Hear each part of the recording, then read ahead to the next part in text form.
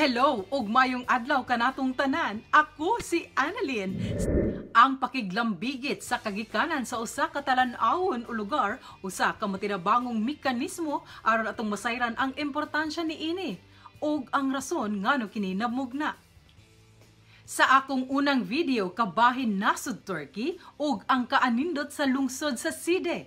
Karong adlaw akong idalit kaninyo ang dugang importante na lugar ug ang usa sa ginatawag nila na gipasiugda sa maong dapit na mao ang Apollo Temple o ang templo sa Apollo ug ang dugang kasayuran kabahin sa gugma ug debosyon ni Antony kay Cleopatra.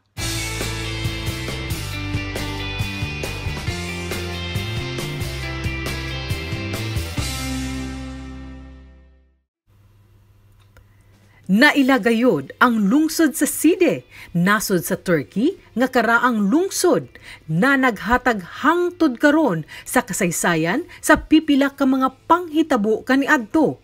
Ang mga lugar na ginatuyo gayud pagbisita sa mga turista ilabi na usa kini na nagkipasiugda sa lugar ug dili makumpleto ang bakasyon kung dili kini maadtuan.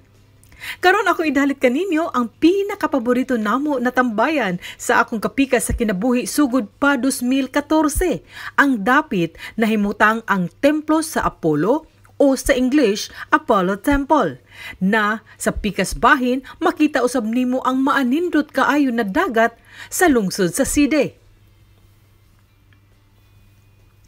Bisan kung wala ang romantiko na anggulo, ang templo sa Apollo usa ka matahom nga buhat sa arkitektura nga nagsugod pa sa ika-2 nga siglo AD. Ang nakapahimo niini nga lahi sa ubang mga templo ni anang panahona mao ang antechamber nga adunay usa ka pares nga mga haligi. Gitukod kini isip pasidungog kay Apollo, ang Diyos sa kahayag ug musika. Ang pagbisita sa templo sa Apollo o Apollo Temple maskin kini guba na apan makita mo gihapon ang kaanindot niini.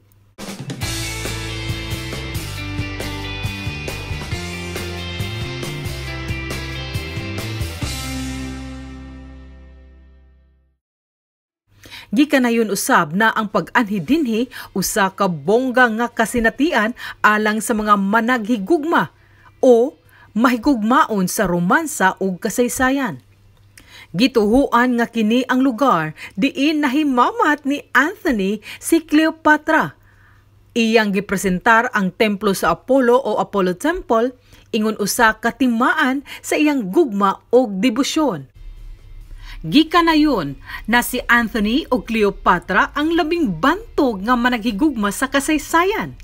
Si Antony nagbarog sa kinatumyan nga gahom, nakig-away aron mamahimong labing kusgan nga tawo og maila sa tibuok kalibutan. Og si Cleopatra usab mao ang reyna sa usa ka karaang sibilisasyon, ang Egypt, na ila sa kaanyag og pagkadiyosa niini.